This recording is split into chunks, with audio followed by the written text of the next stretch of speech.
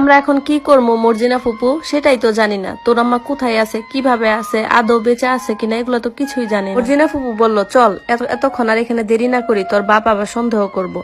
চলে যেতে লাগলাম, পিছন থেকে কেউ আমাদেরকে ডাক দিল। আমরা পিছনে তাকিয়ে দেখি হাসপাতালে কোনো নার্স। উনি বলল আমি এতক্ষণ দাঁড়িয়ে আপনাদের সব কথাই শুনেছি, আপনাদের যদি কিছু জানার থাকে আমাকে বলতে পারেন। এরপর নার্সটি বলল চলেন তাহলে, এখানে এসব কথা বলা যাবে না, বাহিরে যাই।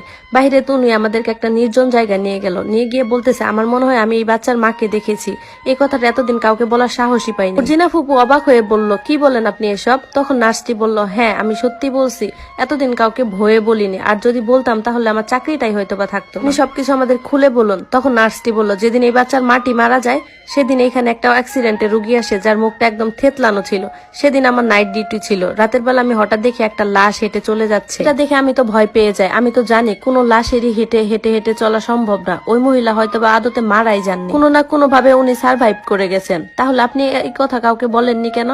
তখন উনি বললেন আসলে এই কথা বললে তো কেউ বিশ্বাসই করতো না। যদি বলতাম মৃত ঘোষণা করা কোনো রোগী হেঁটে আবার উঠে গেছে, তখন তো উল্টো হাসপাতালে বদনাম হতো আর ডাক্তারদের মান নিয়ন্ত্রণ নিয়ে বদনাম হতো। আর যদি আমি দাবি করতাম যে আমি ভূত দেখেছি তাহলে তো আমাকে এই চাকরিটাই ছেড়ে দিতে হতো, কারণ আমাদের জন্য ভূত প্রেত এসব বিশ্বাস করা একদম নিষেধ। তার থেকে বড় কথা আমি চাইনি কোনো ভেজালে জড়াতে। আচ্ছা ওই মহিলা কোথায় গেছে আপনি বলতে পারবেন? দেখুন না এই বাচ্চাটার দিকে, ওর মা ছাড়া ও কি থাকতে পারে? আসলে উনি কোথায় গিয়েছেন সেটা আমি বলতে পারবো না, তবে এতটুকুই বলতে পারি যে উনি হাসপাতাল থেকে বের হয়ে ডান দিকের রাস্তা ধরে সামনের দিকে এগিয়ে গেছে। নার্সকে ধন্যবাদ দিয়ে বললাম ঠিক আছে, আপনি যতটুকু ইনফরমেশন দিয়েছেন এতে আমাদের চলবে। এরপর আমরা সেখান থেকে চলে আসলাম। এসে ফুবুকে বললাম ফুবু এখন তাহলে আমরা কি করব? ফুপু বলল তোর কি পরিচিত কোন আত্মীয় স্বজন আছে যেখানে তোর মা যেতে পারে? আমি তো জানি না, এদিকে তো আমাদের কখনো কোনো আত্মীয় স্বজন আমি দেখি নাই। সোনা কাইদ, এভাবে তোর আম্মাকে আমরা খুঁজে বের করতে পারবো না। তাহলে কিভাবে কি করব? চল এখন আমরা বাড়িতে যাই। তোর আব্বা যদি একবার জানতে পারে যে আমরা লুকিয়ে লুকিয়ে এসব করেছি তাহলে আর দুজনকে আস্ত রাখবেন। আমরা পেছনে ঘুরতে দেখলাম একজন মহিলা আমাদেরকে অতিক্রম করে গেল। সামনের দিকে তাকিয়ে দেখি উনি বিশাল বড় ঘুমটা দিয়ে দাঁড়িয়ে আছে। মনে হচ্ছিল কেন যেন না মা আমার সামনেই আছে। মনের অজান্তে মুখ থেকে বেরিয়ে গেল আম্মা, আম্মা তুমি কোথায় যাচ্ছ? কি হলো আকাইদ, কোথায় তোর মা?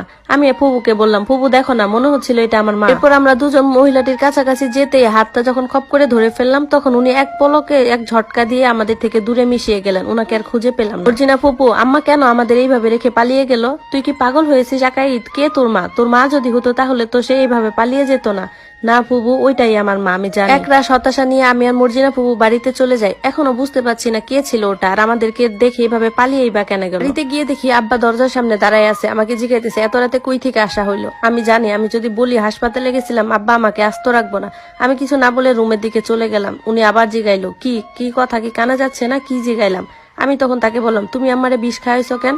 আমি কিন্তু এখন জানি